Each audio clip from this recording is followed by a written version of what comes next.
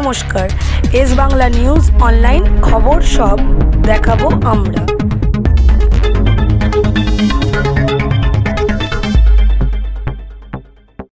সেইটা বলবার জন্য আজকে আমার এখানে আশা করি এটাকে আপনারা একটু গুরুত্ব দেবেন। মানে অন্যান্য রাজনৈতিক কর্মসূচির বাইরেও, রাজনৈতিক কর্মসূচি হলে আমি কালকেই বলে দিতাম মিটিং থেকে, কিন্তু এটা সরকারি কর্মসূচি। আগেও আপনারা দেখেছেন যে আমরা দুয়ারে সরকার প্রকল্প করেছি এবং দুয়ারে সরকার প্রকল্পে আমাদের প্রায় 10 কোটি মানুষ অংশগ্রহণ করেছেন এবং তাদের 90% কাজ কমপ্লিট হয়েছে, কিন্তু কিছু পড়ে আছে 10% বিভিন্ন স্কিমের ব্যাপারে। সেই স্কিমে যারা অ্যাপ্লাই অলরেডি করেছেন তাদেরটা আমরা ডিসেম্বর মাস থেকে শুরু করব, বিশেষ করে যেগুলো আমরা করতে পারি, যেমন লক্ষ্মীর ভাণ্ডার বা এই টাইপের কিছু স্কিম। এবারে আমরা যেটা করব, দুয়ারে সরকারে আমরা দেখেছি প্রচুর মানুষ এসছেন, প্রায় 10 কোটি মানুষ, এবং তারা কিন্তু অনেক কাজ পেয়েছেন। একেবারে কাস্ট সার্টিফিকেট থেকে শুরু করে, লক্ষ্মীর ভাণ্ডার থেকে শুরু করে, কৃষিজীবী মানুষদের, ছাত্রছাত্রীদের অনেকটাই আমরা চেষ্টা করেছি করতে।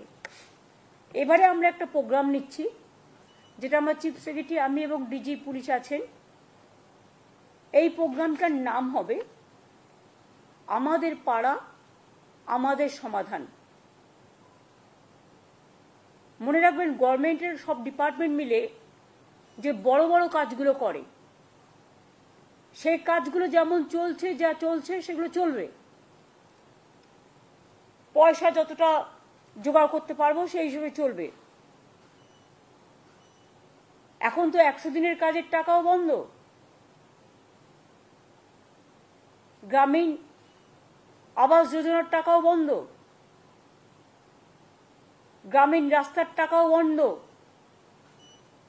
গত 24-এর ইলেকশনে আমি দেখেছিলাম বিজেপির অনেকগুলো প্রচার করেছিল টিভিতে, জল মিশন, জল জীবন, অনেক ছবি দেখিয়েছিল, আমি নিজে দেখেছিলাম অ্যাডগুলো। যদিও সেখানে 90% টাকা আমাদের দিতে হয়, মানে পুরো মেনটেনেন্স আমাদের করতে হয়, ল্যান্ড আমাদের দিতে হয়, পাইপ আমাদের নিয়ে যেতে হয়, তা সত্ত্বেও আমাদের 60% টাকাও দিতে হয়, ওরা মাত্র 40% দেয়। এবং তার মধ্যে মেনটেনেন্স ধরা নেই, তার মধ্যে ল্যান্ডের দাম ধরা নেই, তার মধ্যে কিছুই ধরা নেই। কিন্তু সেই টাকাটাও বন্ধ করে দিয়েছে। যেটা আমাদের জল স্বপ্ন প্রকল্প, যেটা আমরা মানুষকে বলেছিলাম পৌঁছে দেবো সবটা, আমরা প্রায় 98 লক্ষ মানুষের বাড়িতে বাড়িতে জল, নলবাহিত জল পৌঁছতে পেরেছি। কিন্তু এখনো অনেক জায়গায় পাইপ পড়ে আছে। কিন্তু যেহেতু টোটাল ফান্ডটা গভর্নমেন্ট অফ ইন্ডিয়া বন্ধ করে দিয়েছে, তাই আমরা জমি দেওয়া সত্ত্বেও, আমরা পাইপ ফেলা সত্ত্বেও, আমরা আমাদের টাকা দেওয়া সত্ত্বেও সেই কাজটা এখন আটকে আছে। এখন আমাদের প্রায় 94টা সোশ্যাল স্কিম চালাতে হয়। আমাদের 100 দিনের কাজের বদলে কর্মশ্রী হয়েছে। আমি আপনাদের আগেই বলেছি, প্রায় 75 লক্ষ জব কার্ড হোল্ডারদের আমরা কাজ দিয়েছি। এছাড়াও আরও যে স্কিম আছে, লক্ষ্মীর ভাণ্ডার বলুন, কৃষক বন্ধু বলুন, সবুজ সাথী বলুন, তরুণের স্বপ্ন বলুন, ঐক্যশ্রী বলুন, শিক্ষাশ্রী বলুন, মেধাশ্রী বলুন, সবুজশ্রী বলুন, 94টা স্কিম গভর্নমেন্টের আছে। এই টোটালটাই আমরা চালাই। স্বাস্থ্য সাথী থেকে শুরু করে, বিনা পয়সায় রেশন দেওয়া থেকে শুরু করে, আমরা সবটাই চালাই। কিন্তু আমাদের প্রায় 1,75,000 কোটি টাকার উপরে, এখন টাকাটা আরও বেড়েছে। সেন্ট্রাল গভর্নমেন্ট আমাদের টাকা আটকে রেখেছে, আমাদের দেয়নি, আমাদের পাওনা টাকা, বকেয়া টাকা। কিন্তু তা সত্ত্বেও বাংলার মানুষের আশীর্বাদের, শুভেচ্ছা এবং দোয়ায় বলতে পারেন আমরা চেষ্টা করছি কেন্দ্রীয় সরকারের বৈষম্য বঞ্চনা সত্ত্বেও মানুষের কাজ, মানুষের মুখের হাসি যেন কেউ কেড়ে নিতে না পারে। দুয়ারে সরকারে আমরা দেখেছিলাম আগে মানুষকে এখানে ওখানে ঘুরে বেড়াতে হতো, কিন্তু দুয়ারে সরকারে অনেক মানুষ নিজে আসছেন, এবং নিজের কথাটা বলতে পারতেন। অনেক সুযোগ আমরা দুয়ারে সরকার থেকে অনেক মানুষের কাছে পৌঁছাতে পেরেছি। সেই জন্য দুয়ারে সরকারে যারা পার্টিসিপেট করেছিলেন, অফিসার সহ, সরকারি কর্মচারী সহ, বিডিও, এসডিও, ডিএম, আইসি, ওসি, এসপি, অ্যাডিশনাল এসপি সহ, ডিএসপি সবাই সহ, সাধারণ মানুষও যারা এসছিলেন তাদের কাছে আমরা কৃতজ্ঞতা জানাচ্ছি। আমরা অনেক সময় দেখি ছোট ছোট পাড়ায় হয়তো একটা কলের দরকার, হয়তো একটা ছোট্ট পাড়া তার একটা ছোট্ট গ্রামীণ রাস্তা অল্প করে করে দিলে তাকে কাদায় হাঁটতে হয় না। অনেক সময় আমরা বিদ্যুৎ পৌঁছেছি অনেক জায়গাতেই, কিন্তু বাই চান্স যদি কোনো জায়গা বাদ হয়ে যায়, যেখানে ইলেকট্রিসিটি নেই, হয়তো একটা ইলেকট্রিক পোল বসাতে হবে বা বর্ষায় ভেঙে গেছে, এই রকম ধরনের ছোট ছোট কাজগুলো। ধরুন একটা আইসিডিএস সেন্টারের বাড়ি ভেঙে পড়েছে, তার ছাদটা করে দিতে হবে। ধরুন একটা স্কুলের ছাদটা দিয়ে জল পড়ছে, ওই ছাদটা করে দিতে হবে। পুরো স্কুল বিল্ডিং নয়, ছাদটা। এই রকম ছোট ছোট কাজের জন্য আমরা একটা প্রোগ্রাম নিয়েছি গভর্নমেন্টের, আমাদের পাড়া আমাদের সমাধান। এক্ষেত্রে সিস্টেমটা হচ্ছে, আমাদের সরকারি প্রকল্পে অনেক মানুষ অংশ নিয়েছেন। এবার মানুষের প্রকল্পে আমাদের সরকার পথে নামছেন। যদিও এটা খুব ছোট্ট প্রোগ্রাম, কিন্তু যদি বিস্তৃতি দেখেন তাহলে এর বিস্তৃতি খুব ব্যাপক। মাননীয় প্রধানমন্ত্রীজি বারবার বলেছেন আত্মনির্ভরশীলতার কথা, কিন্তু কার্যক্ষেত্রে কিছু হয়নি। করতে হয় টোটালটাই স্টেটকে। আমরা এখানে কি করছি? আমরা যেটা আমাদের পাড়া আমাদের সমাধান, সারা দেশে এইরকম উদ্যোগ এই প্রথম। এখানে মানুষ নিজেদের বুথে, ওই ব্রিজ নয় বা স্কুল নয় বা বড় বড় প্রোগ্রাম নয়, সেগুলো যেমন ডিপার্টমেন্ট করে ডিপার্টমেন্ট করবে, এটা এক্সট্রা প্রোগ্রাম। গ্রামে ছোট ছোট সমস্যা থাকে, সেটা আমাদের সরকারি অফিসাররা শুনবেন এবং তাদের একটা জায়গায় একত্রিত করবে। 3টে করে বুথ নিয়ে একটা সেন্টার হবে, একটা পাড়া হবে। এবং 3টে বুথ নিয়ে আমাদের 80,000 বুথ আছে। এটা করতে 2 মাস সময় লাগবে, কারণ একটা বুথ থেকে আরেকটা বুথে যাবে, একটা বুথ থেকে আরেকটা বুথে যাবে, এবং একদিন করে প্রত্যেকটা বুথে তারা সারাদিন থাকবে এবং সেখানকার সাধারণ মানুষ তাদের জন্য একটা করে জায়গা থাকবে, সেখানে এসে তারা তাদের গ্রামের সমস্যা জানাতে পারে। এটা গ্রামের সমস্যা এবং সেক্ষেত্রে আলোচনা করে সরকারি অফিসাররা ঠিক করবেন কতটুকু আমরা করতে পারি। বড় প্রোগ্রাম নয়, এটা কিন্তু ছোট। আমরা স্মল ইজ বিউটিফুল, স্মলে চলে যাচ্ছি, গ্রামের অন্দরে, মাটির অন্দরে। সমস্ত কাজই হবে স্বচ্ছতা বজায় রেখে, নিরপেক্ষতা মেনে, অনলাইন পোর্টালের মাধ্যমে। কিন্তু মানুষ নিজের সমস্যা নিজে জানাতে পারে, নিজের কাগজ নিজে জমা দিতে পারে। আমরা যেটা বলতে চাই যে আমাদের অফিসাররা তাদের সাথে আলোচনা করবেন। 3টে বুথ নিয়ে একদিন করে ক্যাম্প হবে পাড়ায় পাড়ায়, মানে 3টে বুথ নিয়ে। আমাদের 80,000 বুথ আছে এবং এখান থেকে কথাগুলো শোনার পরে আমরা একটা ফান্ড স্যাংশন করছি।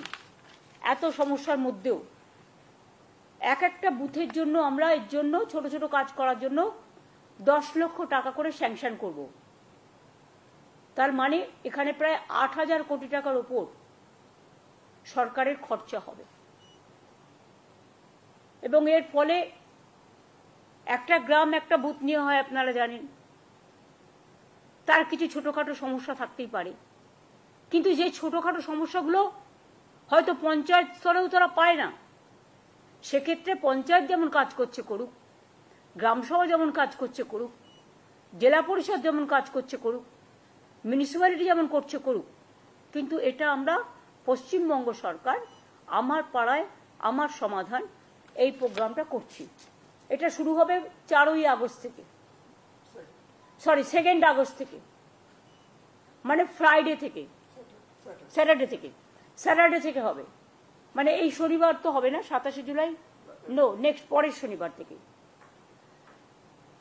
এটা হচ্ছে রাজ্য স্তরে এর জন্য একটা টাস্ক ফোর্স হবে, তার দায়িত্বে থাকবেন চিফ সেক্রেটারি নিজেই, ফাইন্যান্স সেক্রেটারি ও অন্যান্য দপ্তরের ইম্পর্টেন্ট যারা এইসব কাজ রিলেটেড তাদের নিয়ে চিফ সেক্রেটারি মাথায় থেকে একটা টাস্ক ফোর্স তৈরি করবেন যারা এটাকে মনিটরিং করবে। আর সেম টাস্ক ফোর্স ডিস্ট্রিক্ট লেভেলেও সিএস তৈরি করে দেবেন, সেখানে যারা মনিটরিং করবে, এবং পুলিশ তো সাথে নিশ্চয়ই থাকবে, কারণ ল অ্যান্ড অর্ডার তো তাদের দেখতে হয়। আমরা এই জন্যই প্রোগ্রামটা করছি যে ছোট সমস্যাও কিন্তু অনেক সময় মানুষ খুশি হয়, তাদের কথা কেউ শুনছে, তাদের পাড়াটাকে কেউ মাথায় রেখেছে, তাদের গ্রামটাকে কেউ মাথায় রেখেছে। এই সুযোগে গভর্নমেন্ট একটা 80,000 বুথে পৌঁছে যাওয়ার চেষ্টা করবে। 2 মাস টাইম দেওয়া হচ্ছে, মাঝে পুজোর সময়টার জন্য 15 দিন ছুটি থাকবে, সেই 15 দিনটা আমরা পরের দিকে বাড়িয়ে দেবো, কিন্তু আমরা বুথটাকে কমপ্লিট করব। এই প্রোগ্রামটার জন্যই ওপর থেকে নয়, নিচ থেকে মানুষের কথা শোনা এই প্রোগ্রামটার আসল উদ্দেশ্য, তৃণমূল স্তরে গিয়ে। এবং পাশাপাশি দুয়ারে সরকারও হবে। কেউ যদি দুয়ারে সরকারে নাম লিখিয়েছেন এখনো পাননি, যেটা আমরা করতে পারি, সেগুলো আমরা ডিসেম্বর জানুয়ারিতে করে দেবো। যেমন লক্ষ্মীর ভাণ্ডার সহ কিছু আছে, নতুন এসছে, কাস্ট সার্টিফিকেটের ব্যাপার আছে, কোর্টে কেস আছে আপনারা জানেন, এইসব নানা রকম টাইপের ছোটোখাটো কাজ আছে।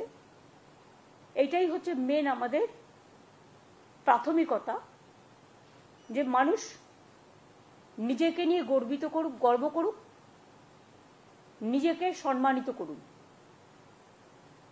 সরকারের কাছে কাউকে পৌঁছতে হবে না, সরকার তাদের দরজায় পৌঁছে যাবে। আমরা দুয়ারে সরকার করেছি, আমরা দুয়ারে রেশন করার চেষ্টা করেছি, পাড়ায় পাড়ায় গিয়ে রেশন দেওয়া হচ্ছে। সেইভাবে এটা আমাদের পাড়া আমাদের সমাধান। 3টে করে বুথ নিয়ে একদিন করেই ক্যাম্প হবে। সকলের সহযোগিতা কামনা করব। এবং এতে আমি আগেও বলেছি, আবার বলি, 8,000 কোটি টাকার উপর খরচ হবে, সেটা স্যাংশন করা হয়েছে, এবং সমস্ত কাজই শেষ হবে পরিকল্পনা থেকে রূপায়ণ সময় বেঁধে 180 দিনের মধ্যে। মানে এখানে 3 মাস বলছে, কিন্তু আমায় করতে হবে 2 মাস, কারণ আগে আমরা ঠিক করেছিলাম 2টো করে বুথ নিয়ে করবো, এখন আমরা ঠিক করেছি 3টে করে বুথ নিয়ে করবো। সেই জন্য এটা কমে যাবে, টাইমটা 60 দিনের মধ্যে হবে। এইটা হচ্ছে, আমি সিএসকে বলবো আজ থেকেই পরিকল্পনার কাজ শুরু করে দেওয়ার জন্য। এটা আমি সিএসের হাতে তুলে দিচ্ছি অফিসিয়ালি, যদি ওনার কাছে আছে সব। এটা ছিল আমাদের সরকারি প্রোগ্রাম ঘোষণা।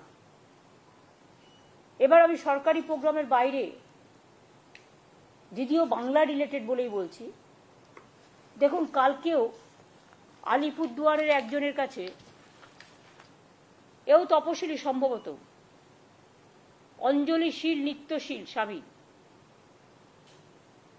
ফালাকাটা, কিন্তু চিঠিটা গেছে কুচবিহারে, ভুল করে আলিপুরদুয়ারে। এবং 19 আর 25 তারিখে লিখেছেও পুরোটা আসামি ভাষায়, এবং আসাম গভর্নমেন্ট থেকে। এই দেখুন, ফরেনার্স ট্রিব্যুনাল কোকরাঝড়, এখান থেকে চিঠিটা গেছে।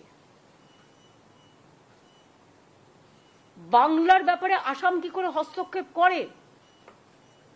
এটা শুধু আনএথিক্যালি নয়, আনকনস্টিটিউশনাল, ইললিগাল। এবং ওরা কিন্তু সীমারেখা লঙ্ঘন করছেন। আমি ডাবল ইঞ্জিন সরকারকে, বিজেপিকে বলবো, নিজেদের চরকায় তেল দিন। ওখানে তো কালী মন্দিরও ভাঙছেন, দাঙ্গা করছেন, ঘরবাড়ি পুড়িয়ে দিচ্ছেন, মানুষ উচ্ছেদ করছেন, ডিটেনশন ক্যাম্পে সবাইকে রেখে দিয়েছেন, অনেক মানুষের নাম বাতিল করেছেন। এইভাবে যদি মনে করেন আপনারা দেশ চালাবেন, দেশটা কিন্তু বিভক্ত হয়ে যাবে। এবং দেশ যদি একবার বিভক্ত হয়ে যায় তাহলে দেশের শক্ত কাঠামোটা নষ্ট হয়ে যাবে। এটা আমরা কেউ চাই না। আমরা চাই আমাদের দেশ ঐক্যবদ্ধ, শক্তিশালী থাকুক। এটা যদি কেউ চান, আসামি ল্যাঙ্গুয়েজে লিখেছে, আমি সৌম্যকে দিয়ে দিচ্ছি, সব প্রেসকে একটা করে কপি দিয়ে দেবে। আমি নিজে ভাষাটা পড়লাম, প্রথমে দেখে মনে করবেন ওটা বাংলা ভাষা, তা নয়। আসামি ভাষার সাথে বাংলা ভাষার কিছুটা মিল আছে, আমরা বুঝতে পারি, কিন্তু সবটা তো বুঝতে পারি না, কারণ সবটা সম্বন্ধে আমরা তো অভ্যস্ত নই। কিন্তু ডিটেলস ছুটিটা পুরো আমি বুঝতে পারলাম, লিখেছে আসামি ভাষায়। এবার দেখুন, বাংলাদেশ সাসপেক্ট করে আজকে আবার একটা চিঠি এসছে গভর্নমেন্ট অফ ইন্ডিয়া থেকে, হয় হরিয়ানা থেকে, হরিয়ানার গুরগাঁও থেকে, ডাবল ইঞ্জিন সরকার। সেখানে অনেকগুলো নাম দিয়ে বলা হচ্ছে, in all district Kolkata, district collector মানে ডিএমদের কাছে, মালদা জেলা, দক্ষিণ দিনাজপুর জেলা, উত্তর দিনাজপুর জেলা, নদিয়া জেলা, মুর্শিদাবাদ জেলা, কুচবিহার জেলা, উত্তর 24 পরগনা জেলা এবং অল এসপিকেও বলা হয়েছে যে নামগুলো সব ভেরিফাই করে ইমিডিয়েট আমাদের জানাও, এমএইচ এর গাইডলাইন্স অনুযায়ী। এরা কি চাইছে, বাংলাটাকে দখল করতে নাকি? মানে গায়ের জোরে বাংলা রাজ্যটাকে উঠিয়ে দিতে? ভাষা সন্ত্রাস চলছে, মানুষের উপর অত্যাচার সন্ত্রাস চলছে। এবার প্রত্যেকটা জেলা চুনকে চুনকে, মানে বেছে বেছে জেলার মানুষদের যাতে সংকটে ফেলা যায়। আমি সবাইকে বলবো, কেউ ভয় পাবেন না, আমরা আমাদের কাজ আমাদের মতো করব। মানুষকে রক্ষা করা আমাদের দায়িত্ব এবং কর্তব্য। এই সব করে ভোটার লিস্ট থেকে নাম বাদ দিয়ে বিজেপি যদি মনে করেন মহারাষ্ট্র, দিল্লির মতো বাংলায় জিতবেন, তাহলে ভুল করছেন। মানুষের বিস্ফোরণ গতকাল আপনারা দেখেছেন। কাউকে আমরা নিয়ে আসিনি, তারা নিজেদের তাগিদে এসছেন। এবং এটাও যদি চান, এটাতেও প্রায় নাম আছে 52 জনের।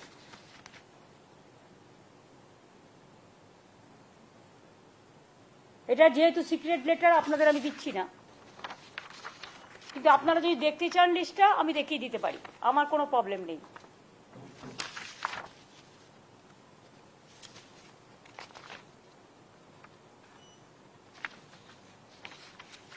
এই দেখুন ফুল পেজ লিস্ট, দেখুন ফুল পেজ লিস্ট, দেখুন ফুল পেজ লিস্ট।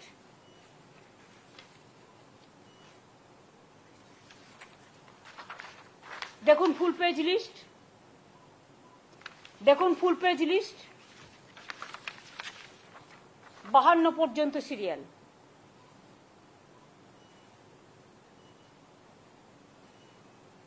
এই যে জেলাগুলো বললাম, সেই জেলাগুলো সব ইনভলভ আছে। এবার আপনারা সাংবাদিক বন্ধুরা আমায় বলুন তো, আপনারা তো সব জায়গায় যান, এটা তো ইন্ডিয়ান সিটিজেনদের রাইট। ভারতবর্ষের যে কোনো প্রান্তে যে কোনো লোক যেতে পারে, কাজ করতে পারেন, রাইট টু ওয়ার্ক, এটা আমাদের সংবিধানে বলা আছে। আমাদের এখানেও যেমন 1.5 কোটি মানুষ কাজ করেন, তাছাড়াও সব স্টেটের মানুষ এখানে থাকেন, ব্যবসা করেন, কেউ ইন্ডাস্ট্রিতে আছেন। কই আমাদের এখানে তো প্রবলেম হয় না? তাহলে আমাদের রাজ্যের লোক যদি কোথাও কাজ করে, তাহলে বিজেপির প্রবলেমটা কোথায়? আর তারা যে নিজে থেকে গেছে তো তা নয়, তাদের স্কিল আছে বলে, ট্যালেন্ট আছে বলেই নিয়ে গেছে। গুজরাটের মানুষদের যখন 2টো প্লেনে করে শিকলবন্দি করে নিয়ে আসা হলো, এটা গুজরাটের মানুষকে অপমান করা নয়, তার অস্মিতাকে অসম্মান করা নয়? তেমনি মনে রাখবেন, গুরগাঁওয়ে যাদের রেখে দিয়েছেন ডিটেনশন ক্যাম্পে বা জেল তৈরি করে, আসামে যাদের রেখে দিয়েছেন, উড়িষ্যায় যাদের রাখছেন, ছত্তিশগড়ে যারা রাখছেন, মধ্যপ্রদেশে যাদের রাখছেন, রাজস্থানে যাদের রাখছেন, দিল্লিতে যাদের রাখছেন, মনে রাখবেন, আমি জানি না কারায় বুদ্ধি দিচ্ছেন। নিশ্চয়ই বুদ্ধিভ্রম হয়েছে, বুদ্ধিভ্রষ্টা হয়েছে। পয়েলগাঁওতে যারা আক্রমণ করলো সেই জঙ্গিদের কেন অ্যারেস্ট করছেন না? মণিপুরে যে তাণ্ডব আজও চলছে, আসামের মুখ্যমন্ত্রী মহাশয়, আপনাকে সম্মান জানিয়েই বলছি, আপনি মণিপুর তো কন্ট্রোল করতে পারলেন না, আপনি নাকি নর্থ ইস্টার্নের দায়িত্বে। এমনকি মণিপুরের যিনি মন্ত্রী মহাশয়, যিনি আবার নর্থ ইস্টার্নের চার্জেও আছেন, তারা কেউ ভয়ে মণিপুরে যেতে পারেন না। আর যত কিছু আপনাদের রাগ, বিদ্বেষ, বঞ্চনা, লাঞ্ছনা, অত্যাচার, অসম্মান, আমাদের ভাষার উপর অত্যাচার, ভাষা সন্ত্রাস, অস্মিতা, ভাষা আমাদের অস্মিতা, ভাষাকে আমরা মনে করি আমাদের সম্মান, সব মানুষের ভাষা, সব মানুষের সম্মান। আমি আবার বলছি, I am not against of any language, any languages. I love all the languages because unity in diversity is our origin. We have different states, different religions, different food practice, different culture.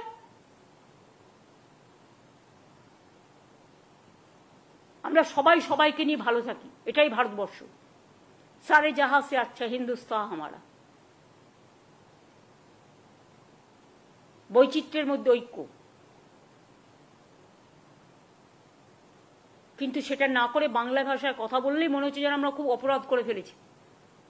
Bangla ভাষায় কথা বলা কি অপরাধ?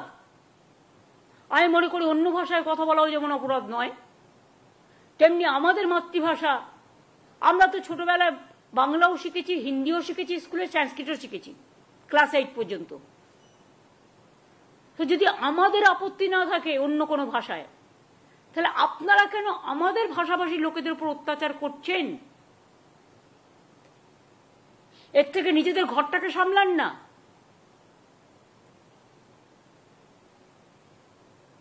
ঘরে আগুন লাগলে জলে আগুন নেভাবেন কি করে? আগে তো ঘর সামলান। বাংলার দিকে তাকানোর দরকার নেই। বাংলা 1 নম্বরে আছে, বাংলা 1 নম্বরে থাকবে। আর বাংলার মেধা, বাংলার প্রতিভা, নাসা থেকে ভাষা মাথায় রাখবেন। হার্ভার্ড থেকে অক্সফোর্ড যান, গিয়ে ঘুরে আসুন।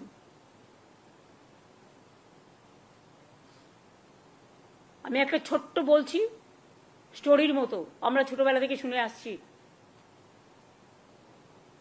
একবার মা দুর্গা, কার্তিক আর গণেশকে, যেহেতু আমাদের ন্যাশনাল ফেস্টিভ্যাল হয়, ইউনেস্কো ট্যাঞ্জিবল ইনট্যাঞ্জিবল হেরিটেজ পেয়েছে, যে মা দুর্গা বলছেন কার্তিক আর গণেশকে, দেখি কে আমাকে সারা পৃথিবী তাড়াতাড়ি ঘুরে আসতে পারে, এই রকম টাইপের।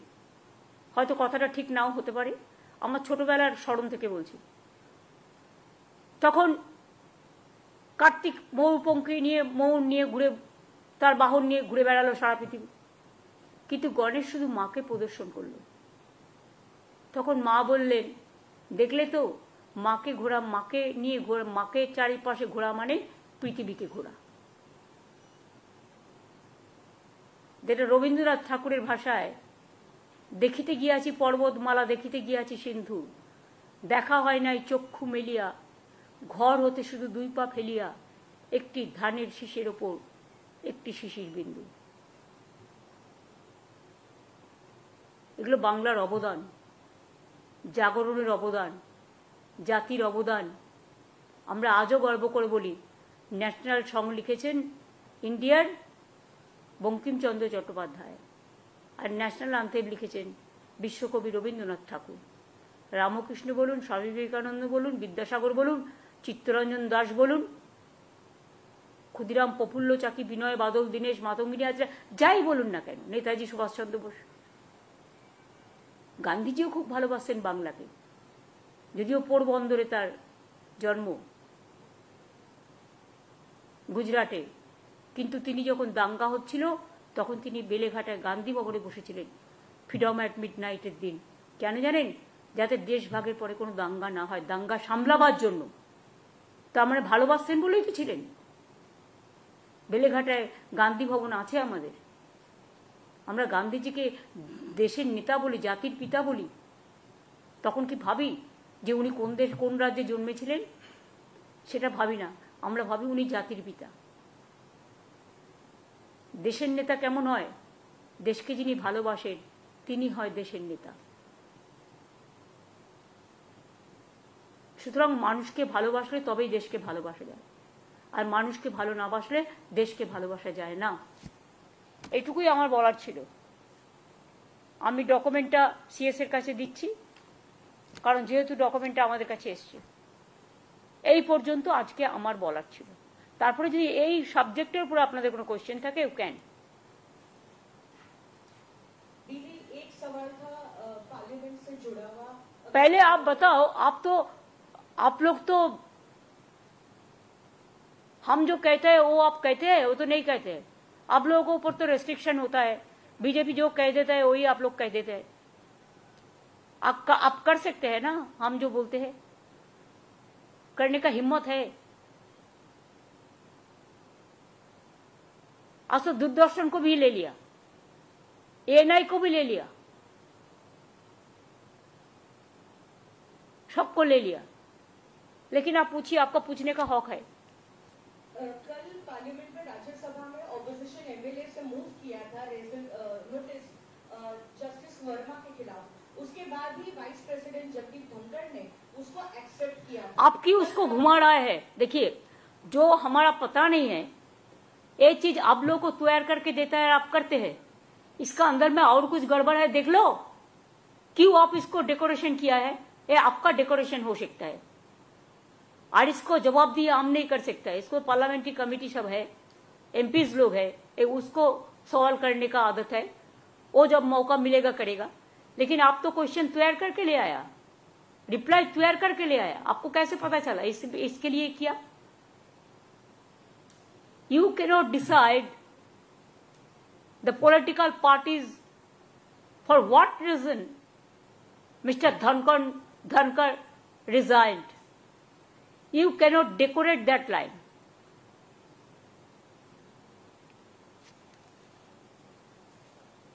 বাংলা ভাষা নিয়ে আপনি যেটা বলছেন, এক্ষেত্রে পার্লামেন্টে সেশন চলছে, সাংসদরা কি এই বিষয়টা নিয়ে কোনো মুভ করবেন? এবং আমাদের সবাই তো কালকে তো অভিষেক বলেছে, আপনারা দেখলেন যে আমরা এবার থেকে বাংলায় কথা বলবো, যারা বাংলা থেকে গেছে। অন্য ভাষাতেও কথা বলবো, কিন্তু বাংলাতেও আমরা বক্তব্য দেবো। পার্লামেন্টে একটা সুবিধা আছে, আমার সময় থেকে আমি জানি যে ট্রান্সলেটর আছে, যে কোনো কেউ যে কোনো ভাষায় কথা বলতে পারে। তাদের 1 ঘন্টা আগে নোটিশ দিতে হয়, এবং তখন ট্রান্সলেটররা সাইমেলটেনিয়াসলি ইংলিশ এবং হিন্দিতে ট্রান্সলেট করে দেয়। আমি আরেকটা কথা বলেছি, আমি বলেছি আমি যেখানেই যাবো আমি সেখানে একটা করে ভাষা নিয়ে, ভাষা সন্ত্রাসের ওপর ধিক্কার জানিয়ে মিছিল করব।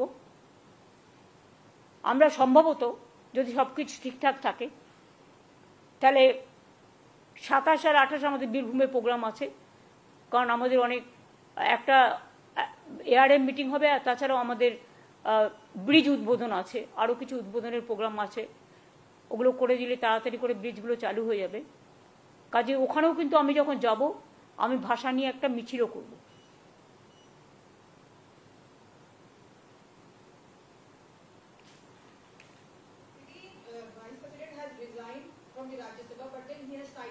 You are from ANI? You are from ANI? No, Dili from PTI. PTI, okay. Then she is from ANI, na? Your friend? Pooja from Times Now. Times Now, okay. You, please. Bolo. They are saying that Mr. Dhankar has resigned citing the reason of health issues. Now, how do you see that? I don't have any comments about it, because let us see the things. Let us watch. He's wealthy man. He's a healthy man. I think his health is absolutely okay. দিদি বিরোধীরা বলছে যে vote পর্যন্ত তৃণমূল কংগ্রেস এই বিষয়টা চালিয়ে যাবে, বাংলাদেশ ইস্যুটা। কেন ভোট পর্যন্ত, কেন সারা জীবন চালিয়ে যাবে? তৃণমূল যখনই এ ধরনের সন্ত্রাস হয়েছে তখন লড়াই করেছে, লড়বে।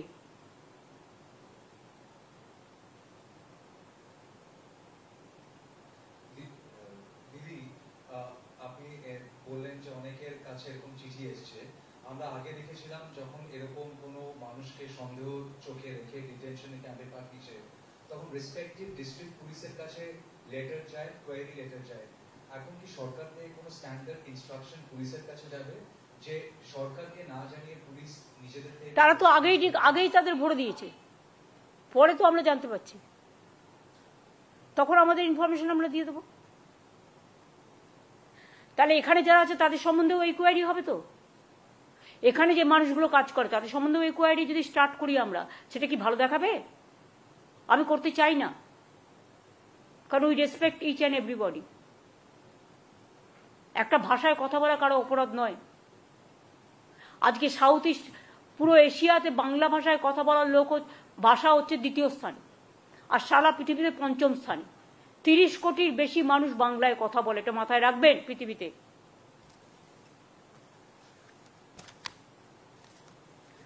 আই থিঙ্ক হয়ে গেছে। আমার আবার ইউনিসেফের ওরা আসবে, আমার মিট করতে হবে।